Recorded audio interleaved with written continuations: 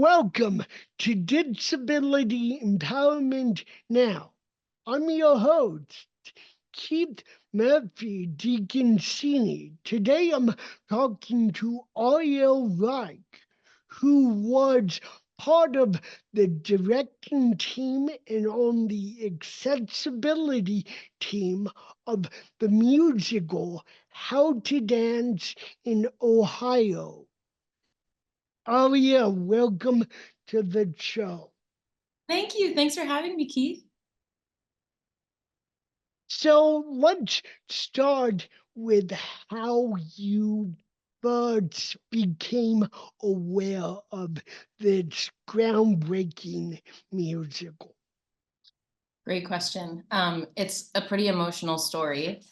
So one of my best friends who I was in the band's visit with saw the Playbill article that was released announcing that the show was coming to Broadway. And she sent me the link to the article and she was like, have you seen this? And I was like, no, and instantly started sobbing. I hadn't heard anything about the show. I wasn't aware of it up to that point. And my own autism diagnosis was not long before that. And before this experience, I had been kind of moving through a year of my life personally where I wasn't doing so well. And at this point, when my friend sent me this article, I was kind of on this journey of coming up for air and coming up for life after a period of not doing so well and struggling a bit. In my personal world. And one of the big questions I had for myself is, how do I come back to the world? How do I come back to the industry after being unwell? And she sent me this article out of the blue. And as I said, I instantly started sobbing. And I just couldn't believe that a show like that existed, that it was coming to Broadway, that there was so much authentic representation happening in the casting, and whether I was going to be involved with it in some way or not, I just felt this profoundly deep affirmation. It was almost like there was like a little whisper in my ear saying, hey, there's room for you. It's okay to be who you are and do what you love. And that affirmation only grew from that point. So a few months later, I stumbled across a post about the Stage Directors and Choreographers Foundation announcing a directing fellowship for How to Dance in Ohio on Broadway. And the fact that I saw it is pretty uncanny, because I don't follow people online that I don't know or haven't met, unless it's like an organization or a musician that I love, or, an account that posts a daily affirmation that might, lift my spirits when I open my phone. I have a boundary for myself that I don't follow people that I don't have any personal connection with or haven't at least met face to face. So, for example, I was not following Sammy Candle online. I had never met her. But I just somehow stumbled across a post that she made sharing the SDCF announcement and that the show was looking for a directing fellow. And I saw that and my eyes widened and my jaw kind of hit the floor. And I thought, that has my name written all over it. And so I applied, and then I was asked to meet with her for an interview via Zoom. And that alignment felt really clear from the very beginning. And then I found out that I was joining the directing team, and it all happened very fast. It was, I think, less than 2 weeks before I was in pre-production and then starting rehearsals. So pretty wild story. But I also love to share stories like this, because I think it's so easy for people who have dreams or big ideas to think, oh, it's so far out there, not me, it's not possible. But anytime I have a wildly affirming moment of alignment in my life, I like to share it when I can, just to kind of offer that reminder to anybody who needs it, which I think is everyone, that what's meant for you will not pass you by. So much easier said than done, or heard than felt, but I think that reminder is important. It's important for me to hear and even reflect on just by telling this story. So that's how I came to the show. And I guess I should touch a little bit on why seeing that announcement felt so aligned for me. Um, uh, the reason it kind of like shocked me so much to see the alignment and feel like it had my name written all over it is because I I don't only work in the performing arts directly, but I also have a 10-year background in arts and medicine, and I do a lot of work at the intersection of the arts and healthcare. And specifically in the year leading up to this moment, I had been curating and developing creative arts and mindfulness-based practices for people with cognitive loss and developmental disabilities.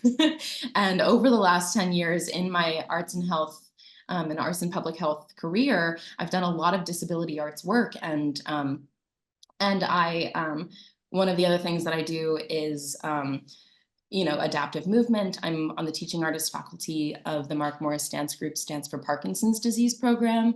And so everything that this show is kind of just felt like the ultimate integration and intersection of who I am personally, and also all of these elements of my career endeavors. And so, yeah, I've kind of always had one hand in the arts and health world and one hand in the performing arts world. No matter what hat I'm wearing, I also am an actor. But this was kind of the first time where it felt like it was all coming to a head. And so it was very, very, very special.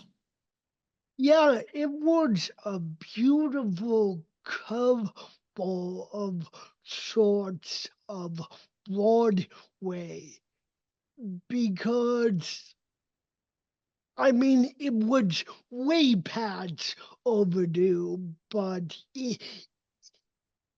not only the subject matter, but I touched on this question in a interview with one of the cast members.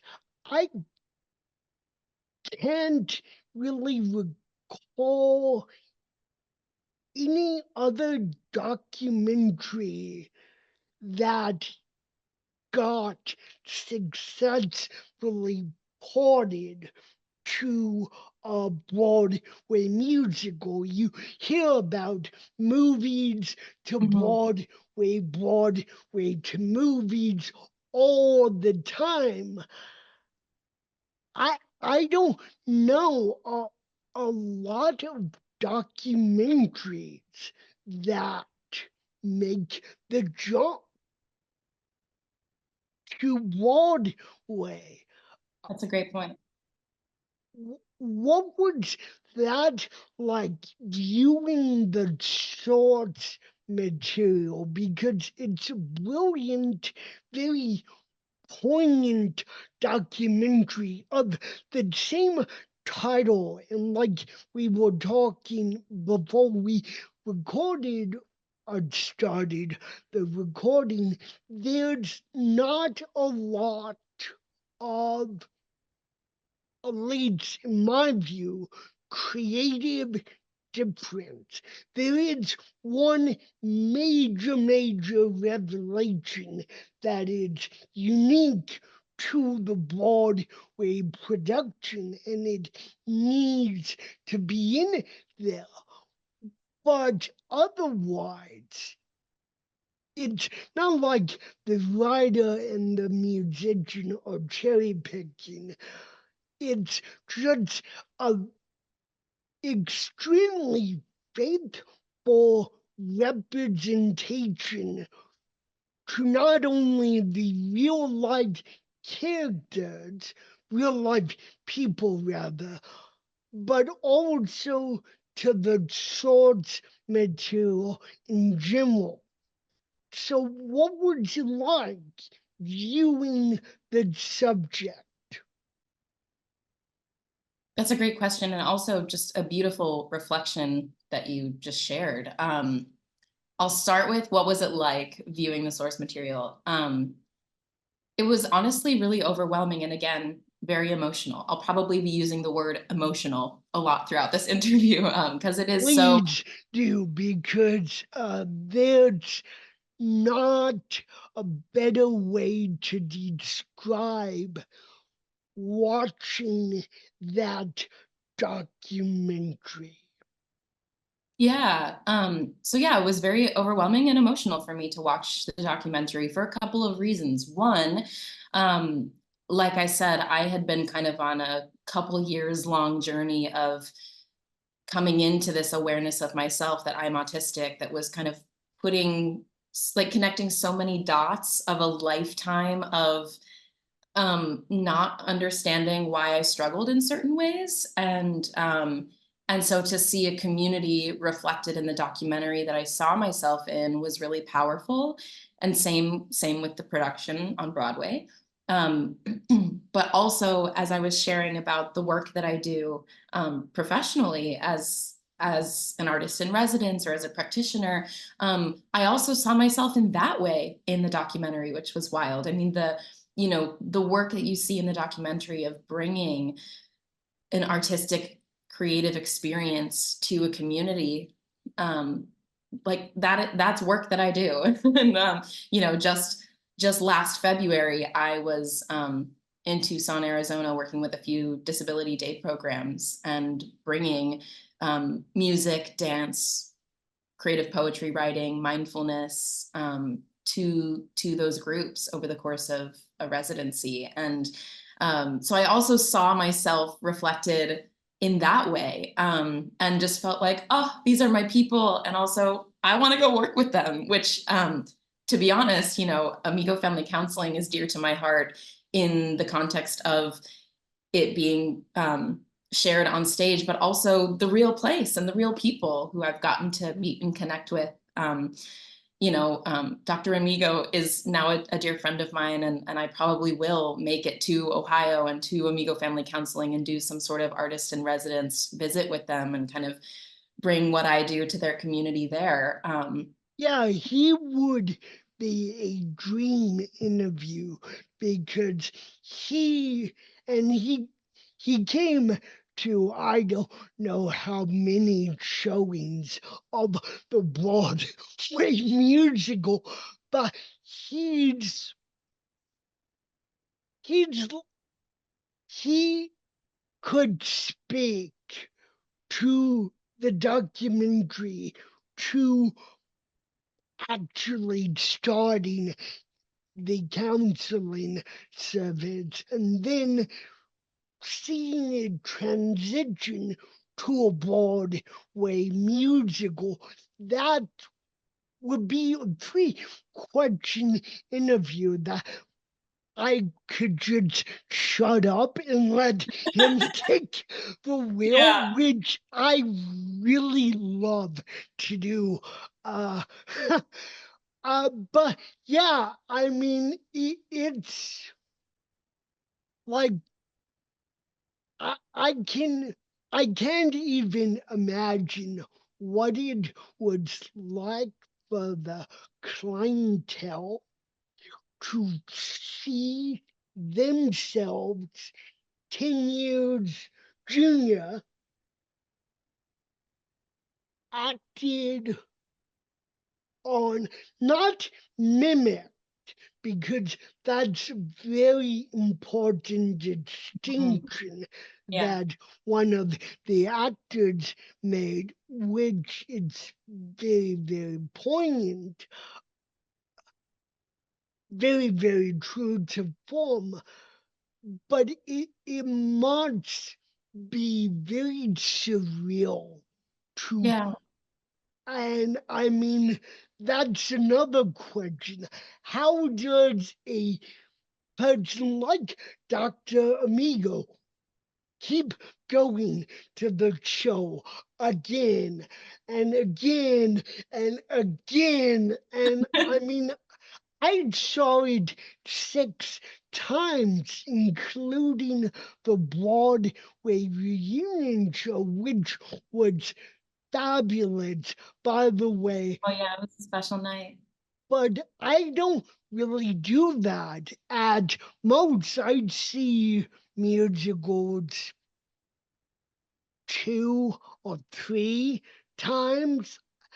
But this, I mean, the music hooked me. And then when I first saw it, the soundtrack wasn't out yet, and there was this very irrational fear that maybe you wouldn't release the soundtrack for Mm. whatever reason. And so I kept going and going. And then on the second time, I got the tickets through TDF, a wonderful organization.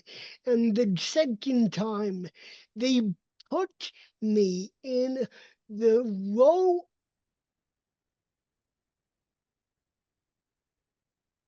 the row, uh, forgot the word, in front, the row behind me. Some friends of Jacob, the composer, Yeah. had come, and he was there saying hello before the performance. His partner was in the first or second row, and I couldn't help but overhear because I'm literally right there. Yeah. They're right here. And so I just make the impulse move to, after he's done, before he goes back, to immediately tap and also grab his arm, which I normally wouldn't do to anyone. But I was like, I had a bunch of my business cards in my hand, and I'm like, did I just overhear you're the composer? That it's a fantastic show. I run this podcast. I would love to interview the actors or anyone involved with it. And so literally it was fate that TDF, because TDF, when you're not a part of the accessibility program, and at that time I wasn't, Okay. every day, and I'm pretty sure the venue does this, not TDF, the venue randomizes these seats. And so it just happened by chance that the venue that morning put me in that seat to where I was able to meet Jacob. And so that's how I became very intimately connected to this musical. I always like to tell that story because it goes to the interconnectedness of uh, the love of theater, chance meetings, and Mhm. how this whole series came to be about. Was if that meeting with Jacob had not happened, I don't think I would be 6 or 7 interviews deep into really learning as much as I can about every aspect of this groundbreaking musical. Sorry, that was a long winded explanation, but that is going up your example of a Yeah. very personal connection on how just a fan, just a everyday theater goer who really was struggling to understand how I would relate to the source material because I'm so far removed away from my high school years. And I'm not artistic, but still, it's the removal of the high school. Can I go back in time and really relate as much as I can? The music made it very easy to do that. Yeah, music Uh, music is a powerful thing, and that's, that's a huge part of why there's a lot of research on music and memory and yeah, music and medicine. I don't really need to see myself in, represented in every production. Like I kept referring to this or making analogies to the prom because the music is so similar, and I saw that twice and just loved it to pieces because the music was so euphoric that Mhm. it just transported you to that place in time, and you really didn't care what place in time uh, it was. And there's analogy that with the prom, it's all about getting to that first dance. And same with how to dance in Ohio. It's all about getting not only all the characters to that dance, but getting Drew and Meredith together so that they like well last line of the show is brilliant. It's 1, 2, 3, 4. It's literally Drew and Meredith, spoiler alert, grasping hands. And I mean, I hope I can edit that out if you want, but it's just that analogy of the payoff is so similar and so you get so emotionally invested in these characters so that when you do get that payoff, it's euphoric. I'm so glad you had that experience. I'm so Yeah, I glad. mean, yeah, it's just like the only thing missing between the two plays, which are two very different musicals, Yeah, is totally different. one couple kisses in the end and one doesn't. And they both end with a dance. Mhm. But that slow burn throughout the entire musical is the analogy that I use. Uh, and the music styles, to me, was similar enough to where it was like, I know these are very different stories, but they're in the same vein almost in terms of the overall messages that they are trying to convey and do end up conveying successfully about inclusion, about accepting who you are, about finding a like-minded community filled with people both who you think would be in that community and people who you necessarily wouldn't think, and bridging that gap as social commentary goes in terms of musicals.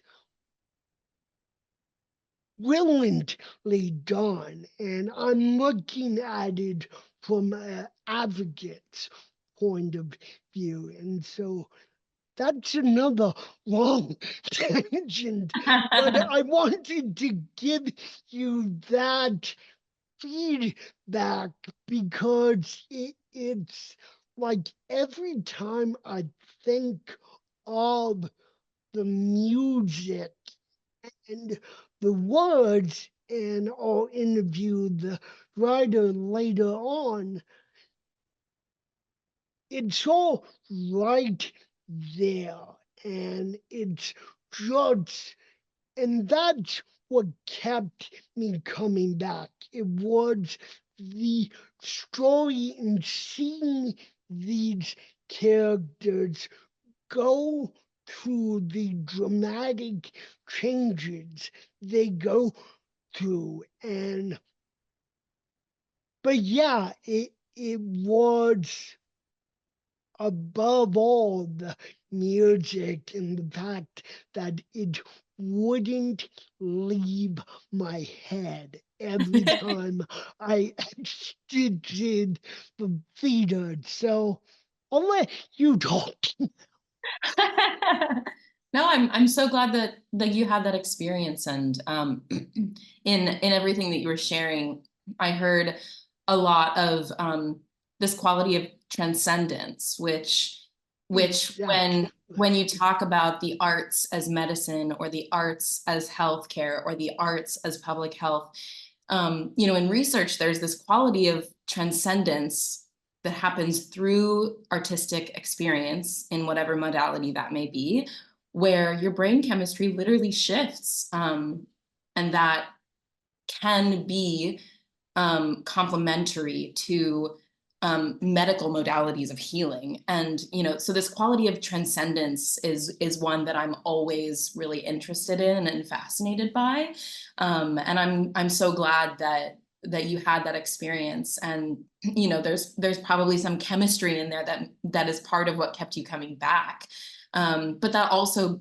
brings back this you know, questions you were asking earlier about, you know, the documentary being reflected on stage, and you know, the real life community members to the characters, and what it must have been like for them to see themselves on stage in that way.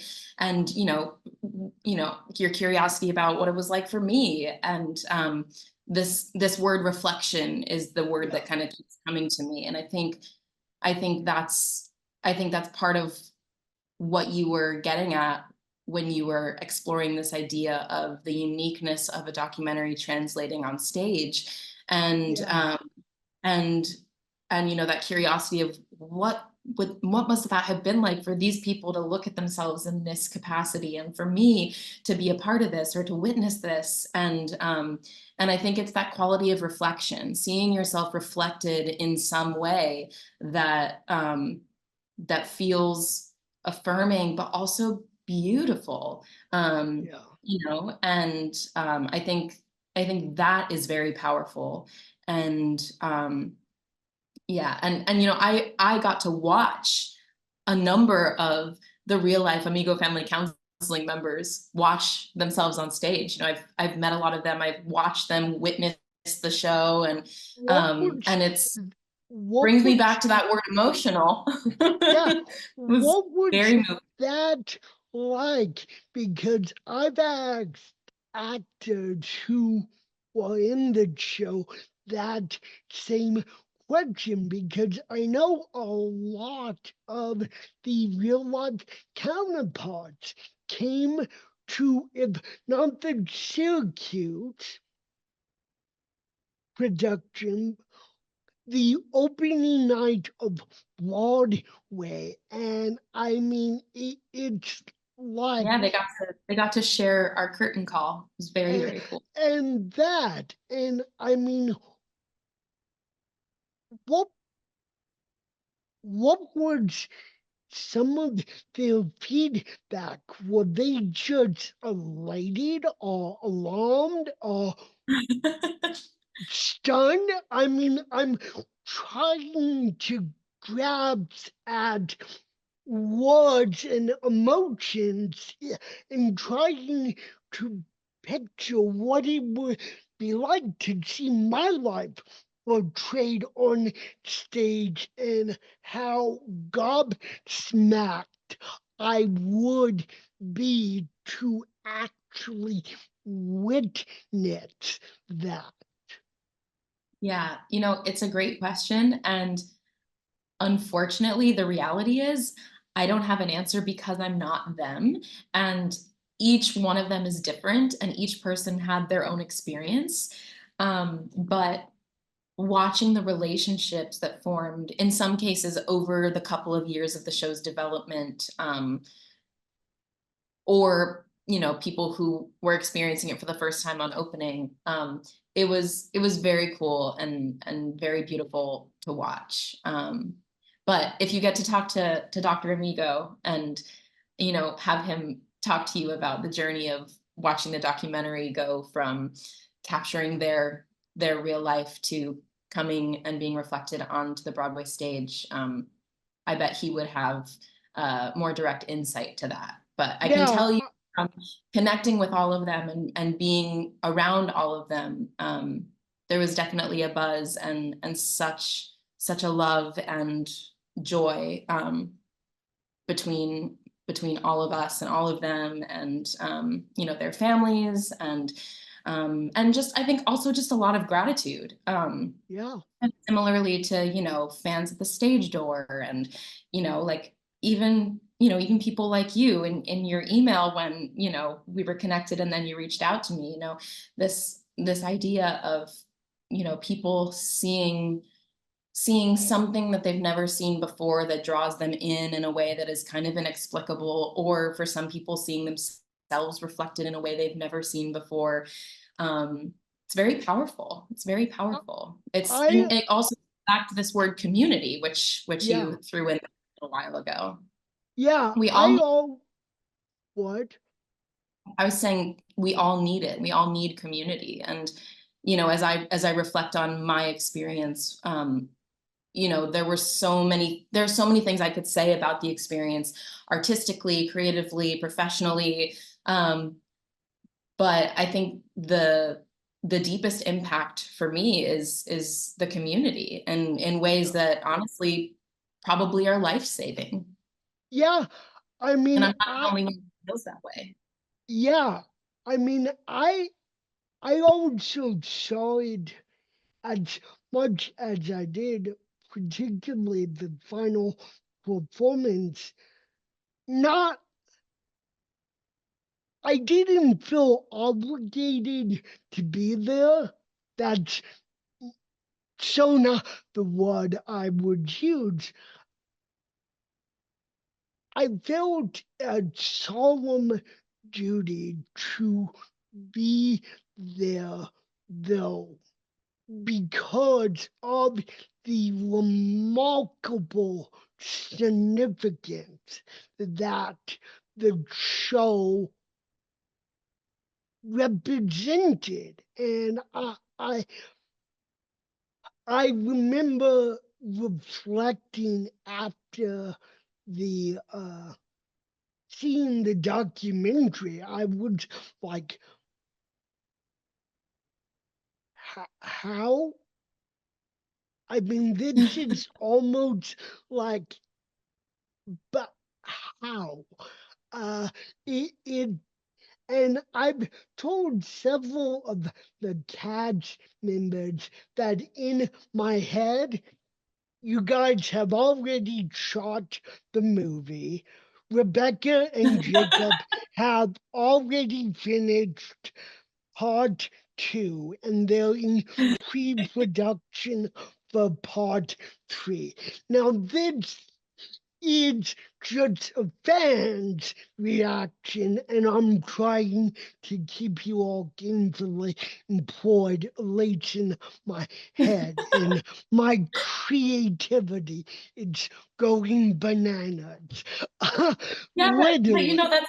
that's such a beautiful and important reflection, because I think no matter what the show is or what the subject matter is, I think anybody's goal when producing some sort of theatrical experience is for people to leave with questions or curiosity or wanting more. And Yeah, so just the fact that you have all of this rumination going on in your brain about how there could be more yeah, is huge and beautiful. And I love that you were there on closing. You got to watch us all cry. yeah, um, but yeah. you know, it's interesting that you said, you know, you didn't feel this obligation to be there, but there was something in you that felt like you had to be there. And It my was a question to you is, would pull. Paul, yeah, would you say that that came from going back to this idea of community, a sense of belonging? In a way, and more so since I know a lot of the cats, and some of them I even consider friends, which blows my mind sky high.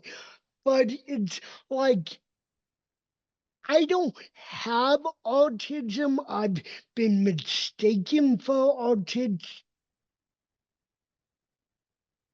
autistic because of my social anxiety.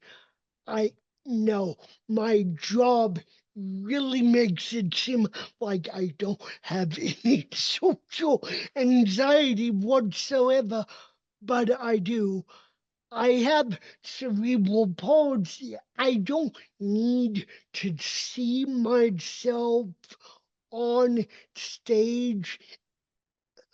But yeah, it was a community response, and I'm a hopeless romantic, and so seeing Meredith and Drew, and the first time I saw the show Act One finale, it could have gone either way. You could have started Act Two by hearing Meredith doesn't really care for Drew at all, but to open that, to open the second act with She Does, and to watch that journey, and Mhm. then to see how delicate and respectful you weave these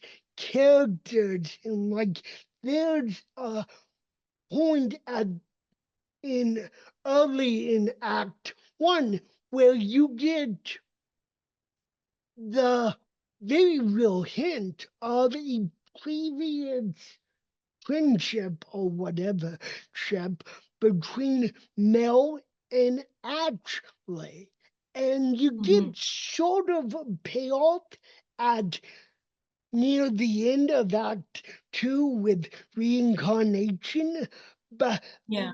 that I'm like, tell me more, because that was such a beautiful moment. And so if I was giving writing advice, which would scare the bejesus out of me, that would be where I would like it to go, because it's, and several of the cast members have said something similar about seeing representation in the queer and LGBTQ community. And that's very important. And again, don't need to see myself at all, but it's observing the community and the swell of people you got from the community at every single show, particularly the finale, and then following Jacob on Instagram, where he's posting captions of people saying we've seen this show upwards of almost 30 times. And I'm like, and so it's that curiosity of what, why, how. I'm gonna use this term to describe myself very happily. I'm a musical theater freak.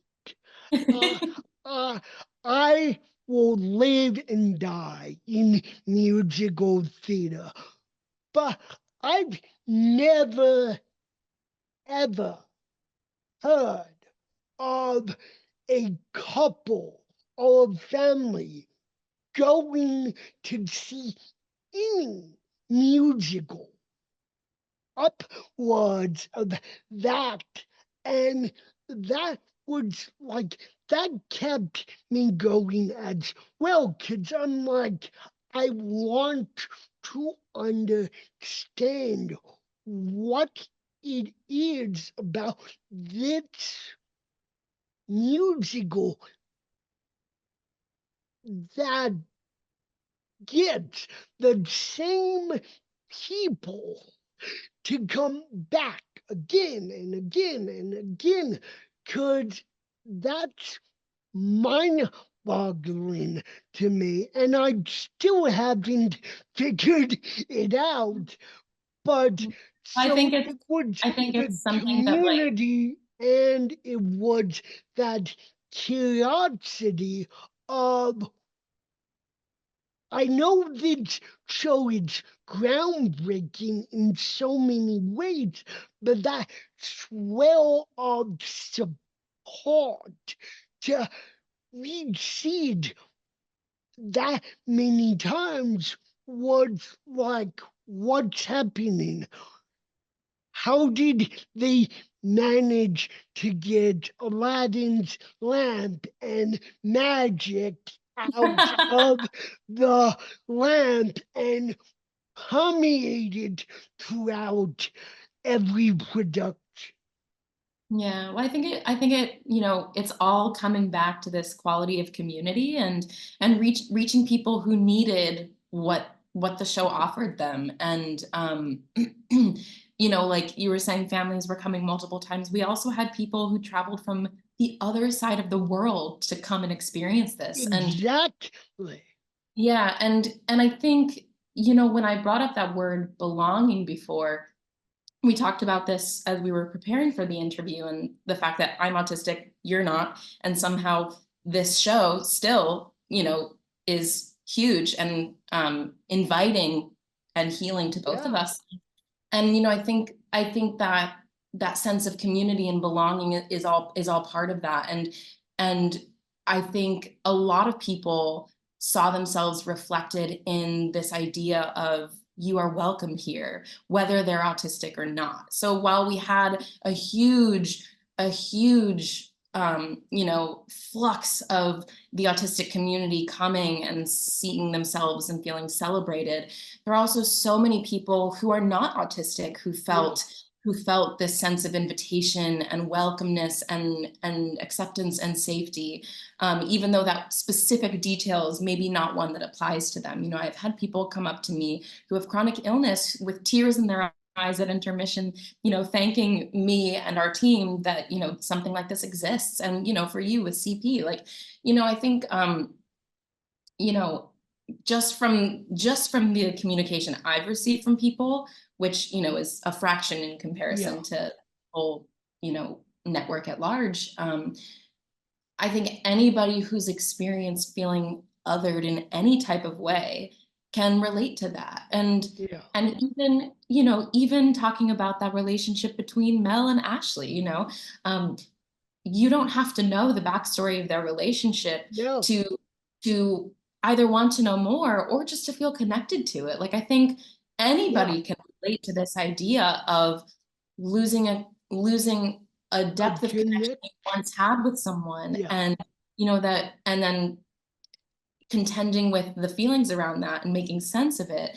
And you know, and then you seem to have like a really deep love for the relationship between Drew and Meredith, and not knowing where it's going to go, and then the satisfaction when they break that touch barrier right at the end. And yeah, uh, you know, it also just makes me think of that line, I like to socialize but don't know how. You know, I think there's yeah, so many people who, I think a lot of people just assume that myself or people in this community don't want to connect, but that's not true. Sometimes it could be true. Everybody's different, but more often than not, the case is I actually want to connect deeply, but there are barriers that I have to navigate around for that to feel accessible to me. And I think that's also part of why you experience what you expressed as such a payoff at the end, when you know you've watched this whole journey of so many barriers to yeah, connection and specifically to touch, and when you like experience that right at the end. yeah. Like there's something to be said about the hedative normative romance, and well, they're the main focus. You really can't call any of these characters the main characters be or the main character, because it's very much a ensemble show, and I love how almost everyone is involved in everyone else's musical number. I find that extremely refreshing to see how even just that it's Yeah. slowly building to the finale where they all, the characters all feel like a real family. Yeah, it all comes back to this quality of community and support. Yes, I think that also speaks to, you know, your curiosity about what is it that brings people back, and, you know, why is it that you, as someone who maybe sees shows 2 or 3 times, came and saw this one 6 times. I'm very similar to you. I oftentimes either miss shows entirely or, you know, maybe see them once because, you know, the other side of the theater where the audience is not the most accessible to me. no, I no, think also like, you know, when what you see on stage is offering this message of you are welcome here in a yeah, really big way, and then also in the community and the audience, there's this welcoming invitation of you are welcome here to come as you are, be as you are, yeah, express yourself as you are, need what you need. um, I think that depth of invitation also could be something that brings people back. And you know, yeah. part of my job, particularly through previews, was to be in the audience, watching previews and taking notes. And I was a little nervous about how that was going to go for my nervous system. But first of all, being engaged with the material and you Yeah. know, excited about it all helped. But Let me also, throw out another plug for TDF. TDF has literally spoiled me as a theater goer rotten. Their their offerings are so incredible. So TDF is a game changer. Like the musical, I mean, the accessibility team, just that angle. And to have not only the authentic casting, which is huge. And let's be honest, at any other time, if Broadway had tried to do this, they would have just cast any old actor neurotypical to play the autistic characters. There's no doubt in my mind that would have happened. But this time, not only the authentic casting, but the fact that there were autistic members involved in pretty much a lot of, if not all, the creativity decisions, the accessibility team. I remember talking to Nicole, who I've known for years through social media, and we just bumped into each other the Broadway reunion, and we later connected, had I this love them so much. in-depth connection, and we were texting after, and she's like, it's so great to be able to talk to someone who actually understands this process. So before I let you go, and I'm tempted to try to keep you for another 5 hours. I say that to everyone involved in this production because I really want to soak it all in. If I can't get you all back on the stage, I want to soak as much of it in. But what was it like being a part of not only the directorial team, but also to have something shamefully unique like the accessibility team, and then rightfully so, have it be recognized in such a way to where you win a drama dex award. What was that like? My That gosh. was like 3 or 4 questions. I apologize. No, it's okay. I was gonna say you might have to keep me for 5 more hours now for me to answer that cohesively. It really feels impossible to be concise. I honestly always joke and say I could write a book about the experience. Please, And also, please do. okay. um, but also, I think it's something I'm still processing, to be honest. For me, while, like we say in the show, when you meet one autistic person, you've met one autistic person. This autistic person, me, um, sometimes it takes a little while for something to fully process Yeah, and ruminate for me. And so I think in some ways I'll probably be processing it for the rest of my life to certain degrees. yeah, But now that I've had a little bit more space and time, um, I mean, the word really is just profound on so many levels.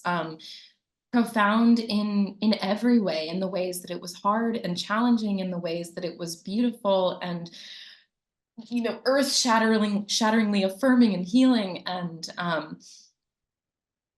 yeah, I think also it was such a unique experience in that, like you were saying, there was autistic representation in many departments on the production. And for me, I was that representation on the directing team, and one of the autistic members of the creative team at large, and then also ended up working on the accessibility team as the accessibility liaison for the company backstage. And so there was also this unique level of invitation to be a part of the conversation in a way that may not have been as overt or obvious if I was, working in a creative assistant or associate position on just any production. And so I think to feel valued in a way that felt unique and special.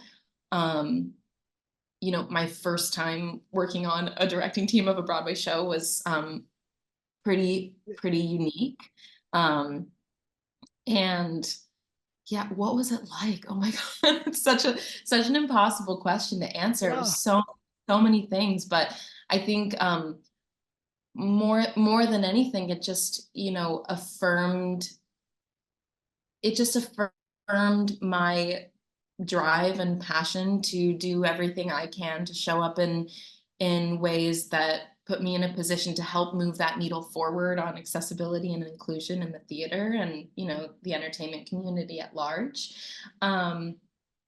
And yeah, I mean, I think I received a letter from someone I directed in shortly after we closed the show. I directed an industry presentation of a new musical about chronic illness. And after that process, I received a letter from someone who was part of it that was incredibly moving. And I won't get into the details of it for, that person's personal privacy, but I think the thing that rocked me the most about it is, I think what everything boils down to for me is all I've ever wanted or hoped to do is make people feel less alone. And being able to show up in roles that put me in a position to do that, whether it's in a really small way or in a really big way, is just something I deeply cherish. And and to kind of be dropped into the pool of this particular community with this show in the moment that it happened, in the way that it happened, with the people. It's kind of like you were talking about that moment when you just happened to be sitting right in the path of Jacob and you got to say hello and talk to him, which I'm sure meant a lot to him and I'm sure he loved. Oh, I love him so much. Yeah. And I think,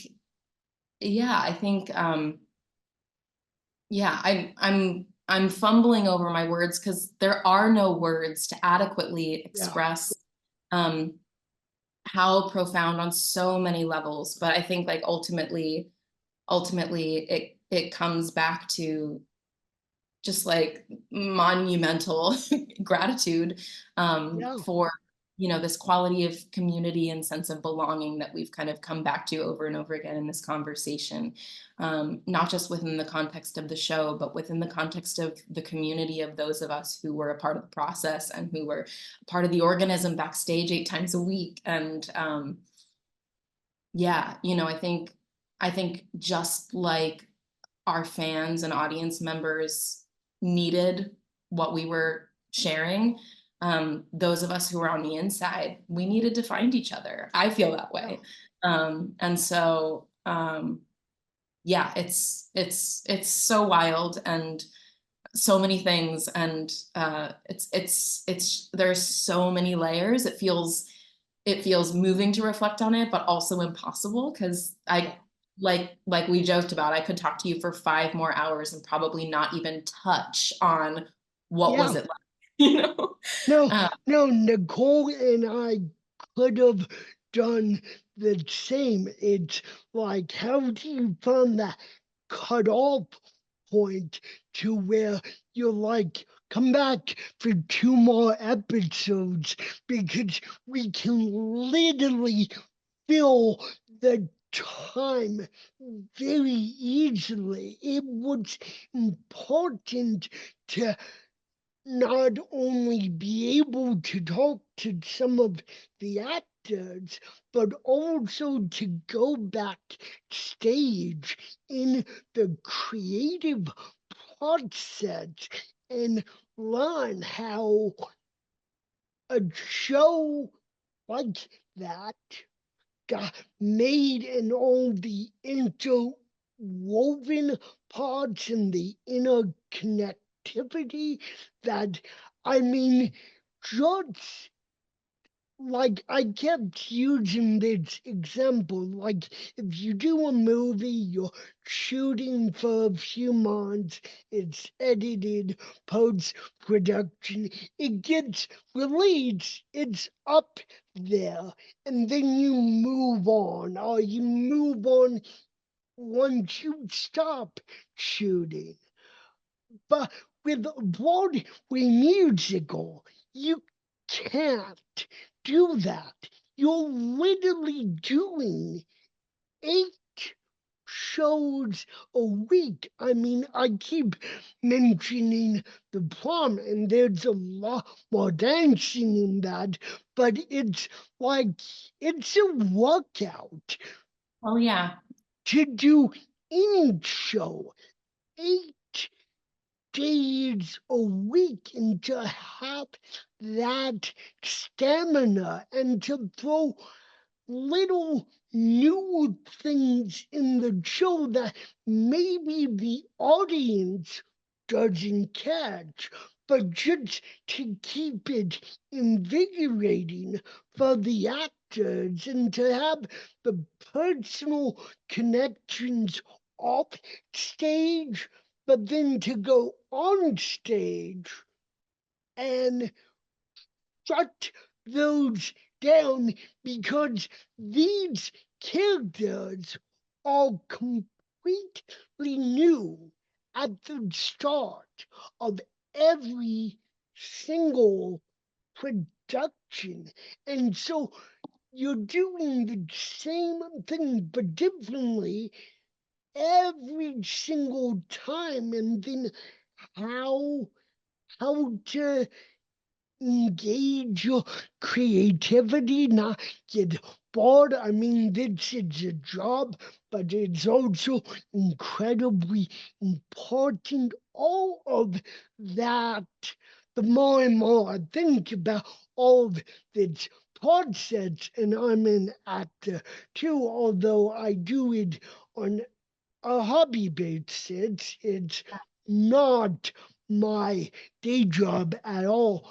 Uh, but it's also the deeper and deeper I get into these interviews, the more and more I want to know and show the complexities of just doing a Broadway show for however long you do it. And then you think of shows that go on and on and on, and the magnum opus is The Phantom of the Opera, where it ran for over 30 years, Yeah. several cast changes, of course, but the staying power of musical theater, but just to be on the ground floor where all the magic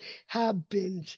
And so, in case there are any aspiring actors, stage hand directors, writers wanting to get more involved in self-advocacy through musical theater, through art creation, whatever the case may be, as someone who wears very many hats, what are some action points or action steps you can provide them?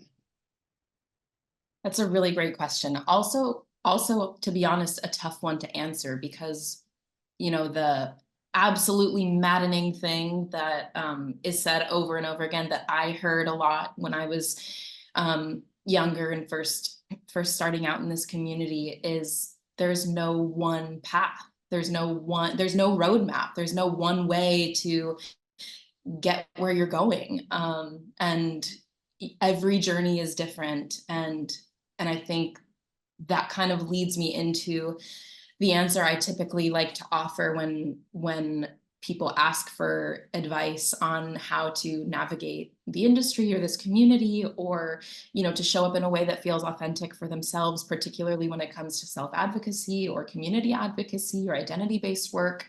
And this is, again, going to sound so much easier said than done, and might be frustrating to hear because, I hear what you're asking for is actionable things. But for me, I've found that, the answers to these questions are unfortunately a little less actionable than people might want, to have That's something to grab fair. onto and to say, oh, I'll do that, and then I'll Yeah, do that. that's Um, very fair. but in the vein of everybody's path is their own, I have found, for me, my journey personally, I can only speak for myself, that my key to quote unquote, this idea of success Yeah, is honoring what I need to be well in every moment, yeah, yeah, and leaning into my intuition and my impulses and listening to my gut, and making sure that taking care of myself is at the forefront of everything that I'm doing. And that is not easy. I'm not saying like, oh, here's this woo-woo answer that's going to be easy, Um, I think a lot of times people get caught up in, oh, what class do I need to take, or what specific style of training do I need to do? And all of those things are wonderful. But me, I'm more interested in like encouraging people to live their life in a way that feels authentic to them, and like hang out with yourself, yeah, enjoy your own company, figure out who you are and what matters to you, so that when you are in those moments where you can show up in an artistic way that gives you an opportunity to express or reflect your self-advocacy, then you know what that is, because you know so wholly and deeply who you are. Um, and again, all of this is easier said than done, and probably a really frustrating answer for anybody listening who wants to know step one, step two, step three.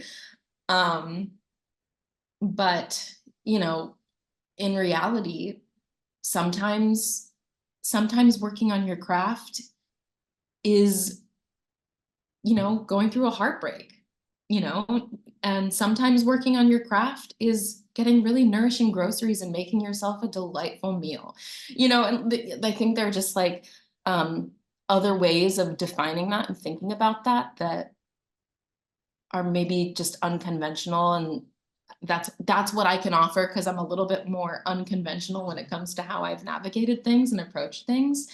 Um, and it's not to say that, don't work hard and don't, do the grind. It's just to say that I just deeply encourage people to find find a way to be so in tune with themselves that in every moment they can get really clear on what is a yes for me, what is a no for me. And this idea of having to say yes to everything, maybe that's great for some people. That's not been great for me. Um, and and and I think just trusting in your journey and knowing that there unfortunately is no like one laid out path to anything. But I have found that um, the right things and the right moments for me have so far unfolded in ways that have been beyond what I could ever imagine or hope for. And that's also like a non-linear journey. This is all cyclical and something I'm yeah. constantly back to in moments of transition all the time. And yeah, I think the most important thing to me is just to encourage people to take care of themselves in whatever way is most accessible to them. I know that there can be so many barriers to that, and just just honoring yourself and doing what's true for you. And yeah, I think, gosh, here's another thing I could write a book about or talk to you for 5 more hours about. But it's, yeah, I think eliminating the word should from your vocabulary could be an interesting thing to explore. Um, and maybe replacing it with could. um, and yeah, I think maybe a more logistical answer, one other layer, because this is a multi-layered question, could be its own podcast, honestly, but it's along the lines of living your life in a way that feels authentic to you. But I think it's important to find a foundation of your life and community that feels nourishing for you without the thing that you're striving for. And I think that is something that has been really crucial for me and integral to each of these moments when like a quote unquote big thing has happened in my life. And I think in each of those moments, like when I booked the band's visit, when I joined the creative team of How to Dance in Ohio, those two like kind of like big things on my journey, both of those happened in times when I had been working really hard to find wholeness within myself and my life and my community and my environments in a way that these massively profound and magical, honestly, experiences that bloomed for me were like cherries on top of the cake, because I made sure that my everyday breath and how I was living my life every day and waking up and existing in my body and the world was the cake first. Yeah. And yeah, so I don't know, that's probably going to be such an annoying answer for all the people you're representing and asking that question. um but um yeah, I think just also for me, like leaning in, I think it all comes down, all of this is boiling down to authenticity. So, leaning into people you feel an authentic connection and alignment with. When you meet someone you feel like you really jive with, Yeah. see if you can get to know them more. Or yeah, I think also just curiosity is really key. Yeah. Um, It is. and I It's think one of the only reasons why I do this podcast and somehow turn off or mute my social anxiety, because mhm. the curiosity wins out. I mean, I've always had that curious nature about me. I hope this is only the first interview of several that we do together. Uh, I really do mean that. The last question is, we've talked about a lot of topics during this episode, and I hope that both people with disabilities and those who have yet to discover and embrace their own disabilities listen and watch this show. But I'm not naive enough to think that both groups or groups within those groups take away the same things. So, as my guests, what do you hope that advocates with disabilities take away from this episode? And what do you hope that those who have yet to discover or embrace their own disabilities take away from this episode? That's a great question. And I imagine and hope that there's crossover between both of those categories you named. Um, I think I could break things down to both avenues, but I think ultimately in that crossover and that the intersection that I think exists there, is I hope people who are listening to this hear this conversation and feel reminded that there's room for them. And I'm actually going to say that again in a direct way that is to whoever might be listening to this. There is room for you. I think I hope people, I think if there's anything I hope people take away, it's that, yeah, there's room for you. You matter, you have value. Your voice is the only one that is yours, and you are allowed to show up, period. You're allowed to show up for your deepest dreams and desires. And in the right moments and in the right communities, you will find your place. And I say that as someone who has had to work really hard multiple times to reaffirm a deep belief in myself and remember that I matter and I'm worthy and that it's okay to be heard and to be seen and to show up. And I think also, I hope people take away this knowing that it's okay to not know. It's okay to not know who you are, not know what you need, but to know that you're allowed to take whatever time it takes to figure that out, and that there will be people in community on the other side ready to embrace you. Again, I'm only speaking from my experience, but that is what has been true for me. And yeah, I think if there's anything I hope people take away is just to do what's right for them, operate on their own timeline, honestly, do what makes you happy, do what brings you joy, what nourishes your soul. And those are the things that are going to lead you toward the next thing that is generative or in alignment with the energy or the feeling of what fills you up.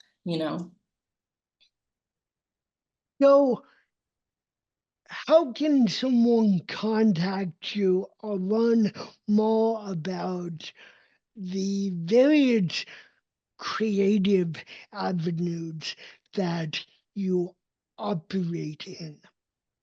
That's a great question. I'm currently in the process of rebuilding my website, which will eventually be the best way people can get in touch and also follow the different avenues of all the different hats that I wear. But for right now, if someone is listening to this and feels a pull to reach out and connect in some capacity, I think an Instagram message is a good place to start. Or if they reach out to you and you let me know, then I would potentially be able to connect with someone via email. But I think in this moment, an Instagram message is a good place to start. And my handle is my name with an underscore, so it's at Ariel_Reich. And I think that's a good place to start. And if you message me and I don't see it right away, please don't take it personally. In this current moment, I go online to check my messages once a week.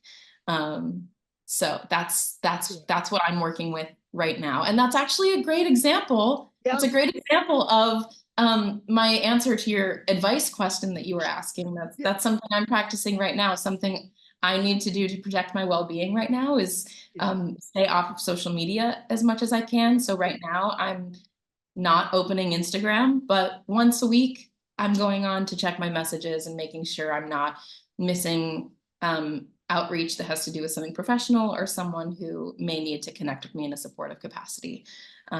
So that is an example of how I'm practicing deep trust that I won't miss what I'm meant to receive.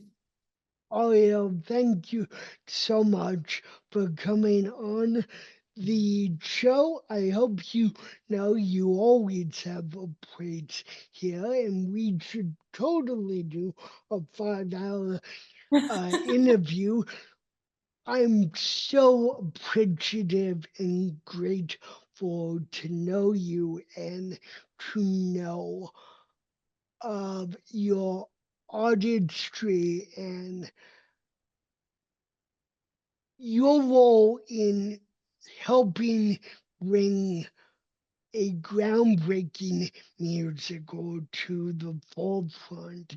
And I really, really hope it blossoms into whatever form it takes next. And I look forward to seeing you again down the creative road.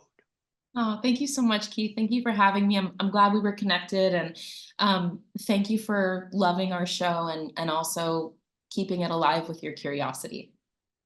Thank you.